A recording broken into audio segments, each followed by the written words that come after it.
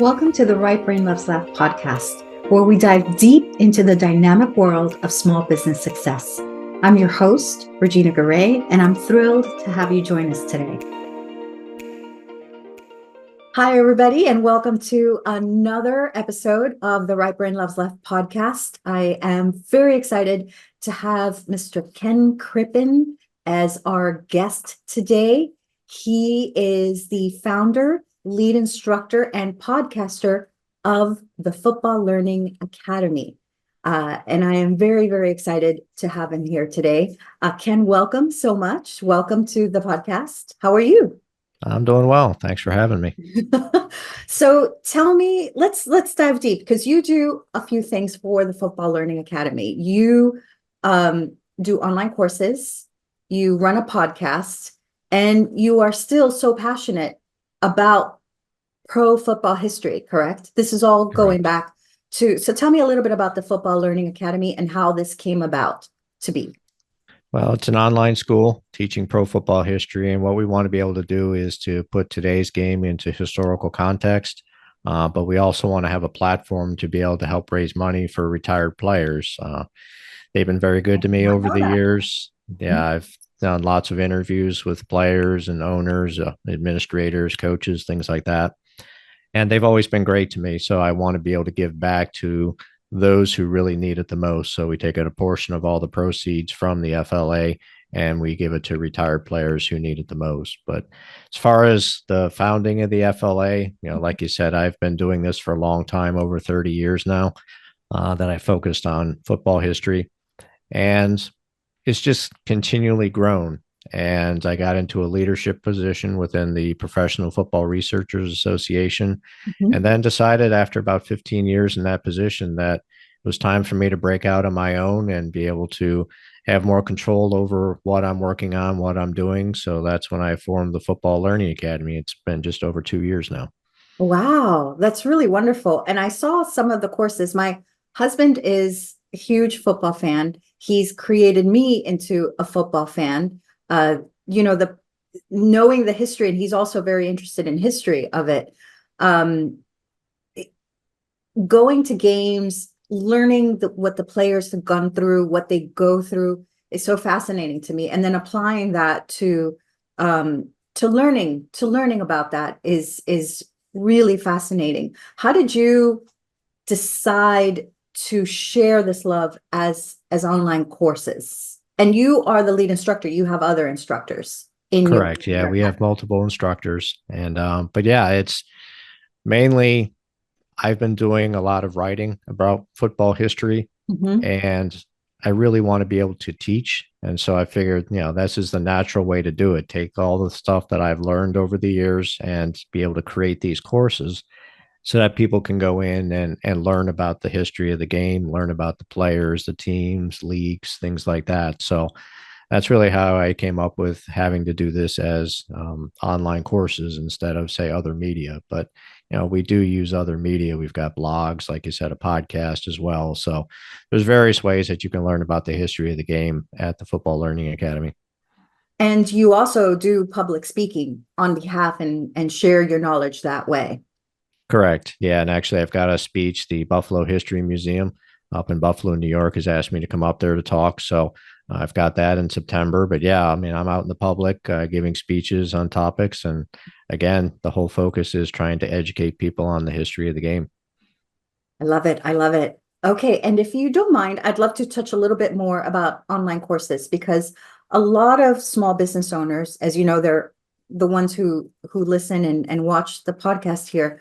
A lot of them have considered an online course, teaching what they know, teaching their expertise. How would you say that's a great route to go, or what are some tips to decide, yes, this is a route to go, or no, this is not a route to go for a small business owner? Yeah, I think it really comes down to what you're trying to do. Mhm. If you are creating something educational, then a class is a good way to do it.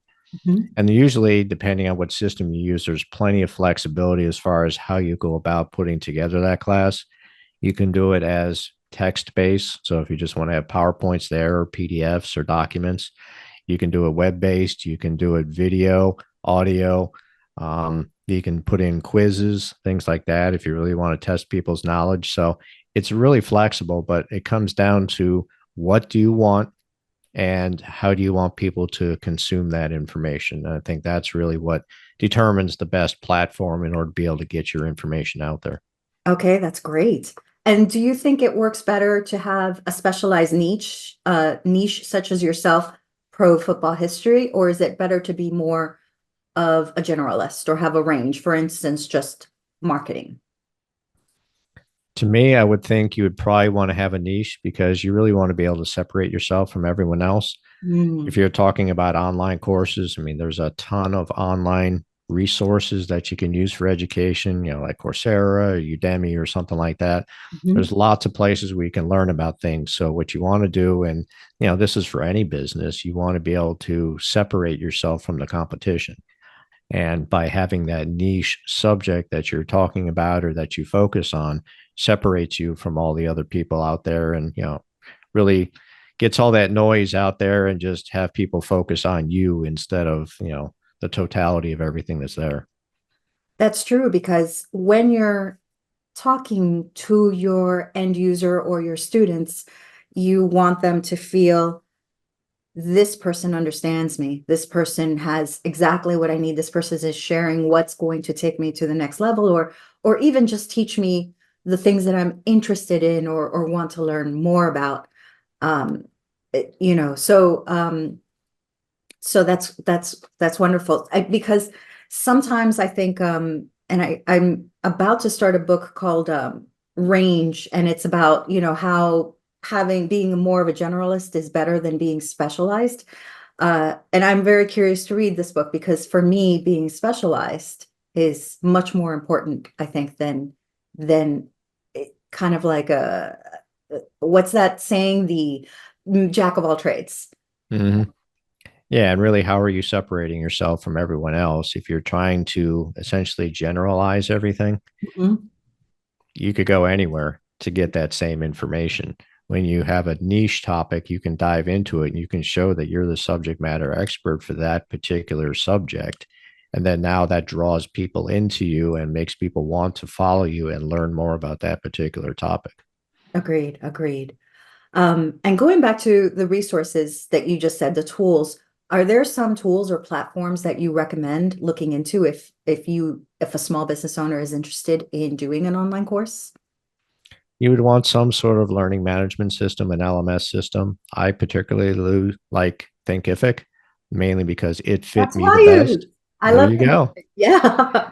But you've got Kajabi out there. I mean, there's plenty of platforms that you can use to be able to create it. So really what you have to do is look at the features and see what fits you the best. So when I was looking at all these platforms, I looked at Thinkific, I looked at Kajabi, I looked at a few others, Mhm. and Thinkific just happened to be what was best for me. But Kajabi may be better for somebody else. Another platform may be better for somebody else. So take the time to do the research to make sure that not only are you thinking about what you want now, but maybe what you want in the future so that you can build up and set that foundation so that you have that chance to grow and you don't have to pivot and move to another platform later on because the one you're on doesn't have what you're looking for.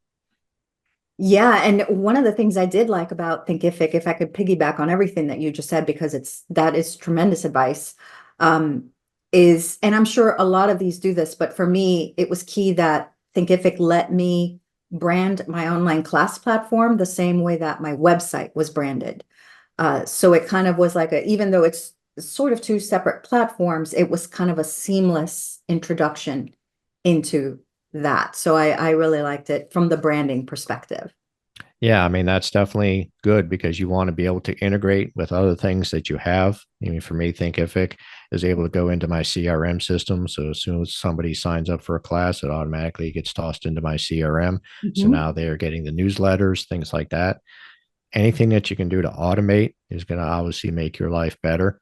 And Thinkific was able to do that for me. Also, my website, the entire FLA website is Thinkific. So I don't have to go anywhere else. I don't Ah, have to have multiple platforms. I create all the web pages right within it. So again, that's something to consider when you're looking for an LMS system is is it going to be able to give you everything that you need within one package, or are you going to need multiple packages in order to get everything to work? That's true. That's true. And just for those of you who are watching or listening, when he says CRM, it means customer relationship management system. Correct? I could be wrong. That's That's correct. right in there. And then LMS is learning management system. Correct? Correct. All right. Mm-hmm. All right. So you have been featured on the History Channel, ESPN Radio, Fox Sports Radio. Can you describe that experience being featured in these platforms?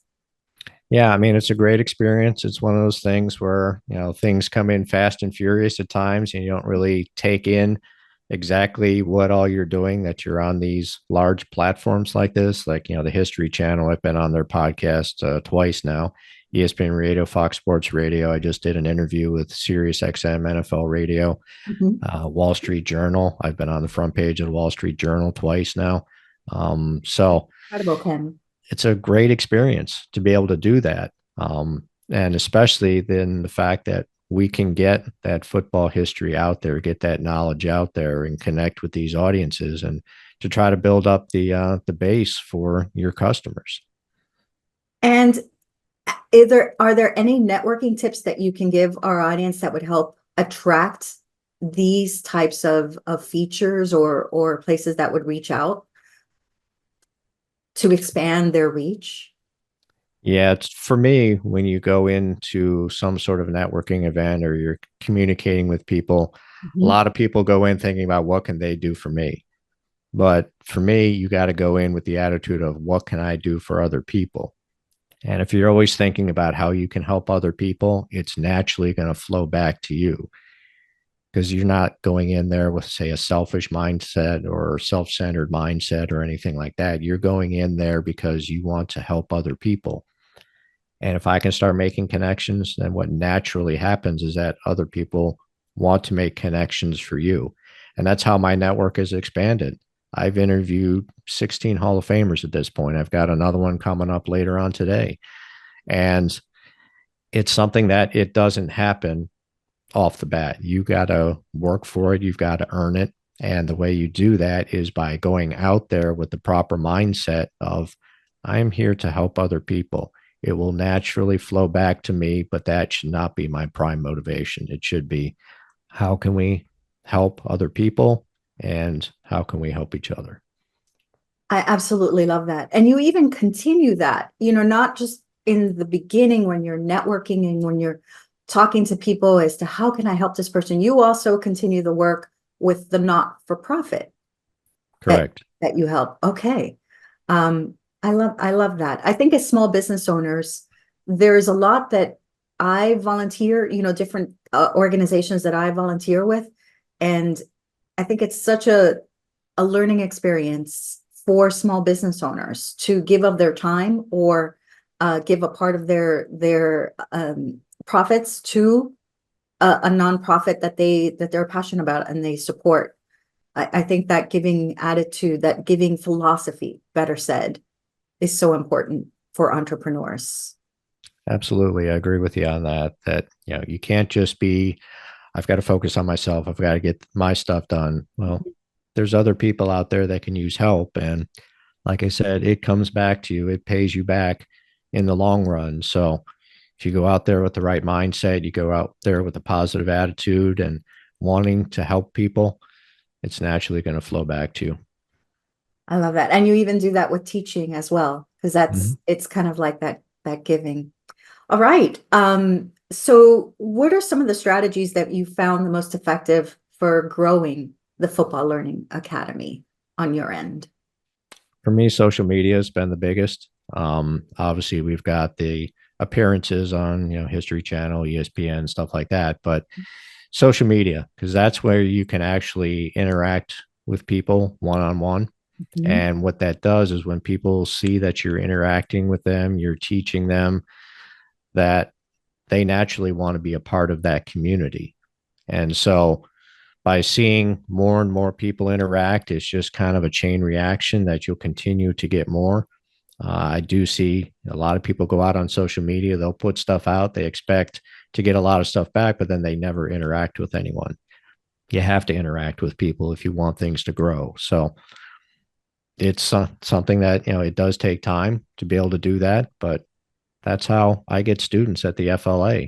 You build up that trust, you build up the confidence that they know what you're talking about. And so then they're going to be willing to sign up. They're going to be willing to spend the money on the classes because you have gained their trust. So to me, it's important to be able to do that. And for me, social media is the best angle to be able to get myself out there and to be able to build up that customer base. It's true. Sometimes when people, I hear them, oh, nobody ever comments on mine or nobody ever shares it. I always ask them, do you comment on others? Mm-hmm. Do you share their posts? And not just comments like incredible or yay, it's meaningful comments. It's, asking questions or delving deeper. I think that kind of interaction, enhances more engagement, for them and for yourself as well. Yeah, I mean, people want to be a part of a community. And so if you don't create that community mindset, then it's going to be tough for people to say, okay, I'm going to trust this person and purchase their product, purchase their service, whatever the case may be. Mhm. You create that community. Like I had said before, you build up trust. And at that point, once you have that trust, they're more willing to take a chance on your product or service, whatever you're offering with your business. I love it. I love it. Thank you, Ken. All right. So I'd like to go back to the pro football history part of this all. Have there been any surprising insights that you found or discoveries that you found really interesting as you were doing research or teaching your classes? Yeah, I mean, doing it over 30 years, there's a lot of stuff you end up learning. But to me, I love getting the inside stories from the players themselves, this first person history of what's going on. Mhm. When I was, say, for example, when I was working on one of my books on the original Buffalo Bills of the 1940s, I talked with all the surviving members and they gave me the inside the huddle stuff that you're never going to learn from newspaper reports. You're never going to learn from watching game film or anything like that. Mhm. What was said inside the huddle? One guy said, hey, look, I'm open here. This guy, the way he was running, I'm going to be open. Why don't we do that same play again and you'll be able to hit me? He did. Then they were able to score a touchdown. These are the types of things that you're not going to learn anywhere else but having these conversations. So I love having that. I learn a lot from those conversations and I'm going to keep doing it as long as I can. I like it. And it's funny that you say that because my husband used to be a sports producer. And the best part of his job was those inside stories. And even, Mhm. we can think about it in um more broad terms, like in terms of when we watch the Olympics and you see those side stories that tell you how long this athlete has been training, what their home life is like, what goes through their mindset as they do the grueling practice to get there. Those are the stories that are so exciting and it gets you invested in the players or in that particular sport or in that particular team because it speaks to stories. Exactly. And that's why I like having players on my podcast because not only do we focus on the football stuff, but we talk about these players as people, what drives them, what motivates them, what have they been doing since they retired from football? Are there any particular charities or foundations that are important to them? And so, I like to say it's getting under the helmet, learning about the player themselves instead of just, what they accomplished on the football field. And gets back to making those connections with people and it's wonderful to be able to hear those stories. Yeah, because pro football players, if you really think about it, what it takes to become a professional, you've got to start relatively young, go through high school, have that grit, have that mindset, even positivity, to work through challenges and continue that through college, and then go through, the selection process, the draft, all these things so these are quite extraordinary people in terms of challenges and their stories and what they can share about perseverance. Yeah, especially when you take that and you can translate it to regular life, into business life. You know, the work that you put in, the effort that you put in, Mhm, it's something that's going to pay off down the road. So seeing that type of work ethic mhm. is something that you definitely want as a colleague in the corporate world. Leadership, you know, if you've got somebody who's a quarterback or a captain on the team or something like that, that's leadership.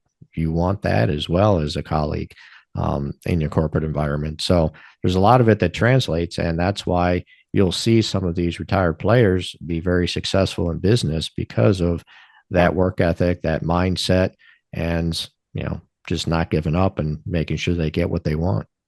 absolutely, absolutely. Do you have a favorite course in your platform that feels good to you that you're very proud of the most, or? I would say one that's actually released relatively recently, within the past couple of months, the historical scouting reports. So what I did was, Ah, myself and a colleague, we went and watched old game film of players. Usually it's names that regularly come up for the Pro Football Hall of Fame, but haven't made it in yet. So we go through and we evaluate those players, write up scouting reports like you would on college players, just to show, what their positives are, what their negatives are, overall evaluations. So, I mean, we've been able to go back to, the 1920, I think 1929 was the earliest that we've done. But having that, we've got profiles of contributors, and something that I'm really proud of with it is that we are doing interviews with players and coaches and administrators, and it's going through exactly how to play the position in their particular era. For example, Pro Football Hall of Famer Ron Mix was one of the people that we have. We talked about offensive line play in the 1960s, early 1970s. As we build up this library of player videos, you're going to see, okay, offensive line play in the 60s, offensive line play in the 70s, offensive line play in the 80s, etc. And you'll be able to see how things change over time. yeah. I've got a later on, I'm going to be doing one with Pro Football Hall of Fame general manager Ron Wolf with the Green Bay Packers, and we're going to be talking about building a franchise from the ground up. These Wow. are things that you're going to be able to learn by attending this class, things that you're not going to get anywhere else because of the way that we're packaging everything up. You are learning how to play the positions, how to build franchises, how to coach teams, things like that. And that's all part of this scouting reports class. So I'm pretty happy with the way that it's been turning out and with everything that we're going to have in it going forward. I love that. And I've always found scouting itself to be, a fascinating endeavor because for me, the scouting is those who go out and try to see the talent between, the diamond in the rough. Mm-hmm. And that's, am I right? Because I don't want to get that wrong. No, that's exactly right. You want to be able to evaluate all the players out there to be able to find the best fit for your team. Yeah. And so you're going to be looking at the different qualities, and you may have a great player, but if they don't have the skills specific to what you're trying to run with your franchise, it doesn't matter. They're not going to be a good fit. They're not going to be successful. Just like in business, any person that you bring in, you want to be able to set them up to succeed. And the best way to do that is not only having that team chemistry, but having the right skills that fit into the rest of the team. So you're going to have one person that's good in one area, another person that's good in another area. Working together, they become a great team because you've got the chemistry between those people. Same with the football team. You want to have that chemistry, you want to have the complementing skill sets. And as long as you can find that, and that's where the scouting comes in, you find that your team's going to be successful. That's phenomenal. I love how small business can take so much from sports, so much learning and so much, just I adore it. I even wrote a blog post, how sports can influence your small business strategy. Because it truly is a team situation and there's just all of it that goes into it. Yeah, every franchise is a corporation. Mhm. And so not only do you have the coach and the players, but you have that whole business side, the operations side, the front office. All of that has to function well too. If you have one that's not working, then your overall the team's not going to work out. I mean, yeah, if you got great players, you got a great coach, but if you don't have the facilities to be able to train those people, if you're not selling tickets, you're not marketing properly, you're not getting everything, all the logistics that you need to be able to get the team from point A to point B, you're not going to be successful. So everything needs to work together. And it's just like any other corporation. If any part of your corporation doesn't work, you're not going to be successful regardless of how much talent you have. That's true, because it needs to be all the right personalities put in with Mm-hmm. all the right skills. It's scouts are incredible, and people who Yeah. do that for their businesses as Yeah. well. And people rarely hear about the scouts, and they're Yeah. the ones who are critical to making sure you've got the right talent. So, It's I wouldn't even know about him if it wasn't for mm-hmm. my husband. I was like, that's what an incredible job, and the pressure, Mm-hmm. to do that. Yeah. Ken, thank you so much for coming on to the Right Brain Loves Left podcast. For those who are watching, you can see how to get a hold of Ken because he's got it. And it's brilliant background, Ken. I love it. For those who are just listening, can you share how to find you and your website, all that? Yeah, the best place to find everything is going to our website at www.football-learning-academy.com. You'll see all of our classes there. You'll see all the podcast episodes. You'll see links to all of our social media channels. Everything that you can find about the FLA, you can find from that place. So just www.football-learning-academy.com. Thank you very much, Ken. And again, I appreciate you coming on board and sharing your wonderful insights. Thank you. Thank you for having me. I appreciate it. Bye, everyone.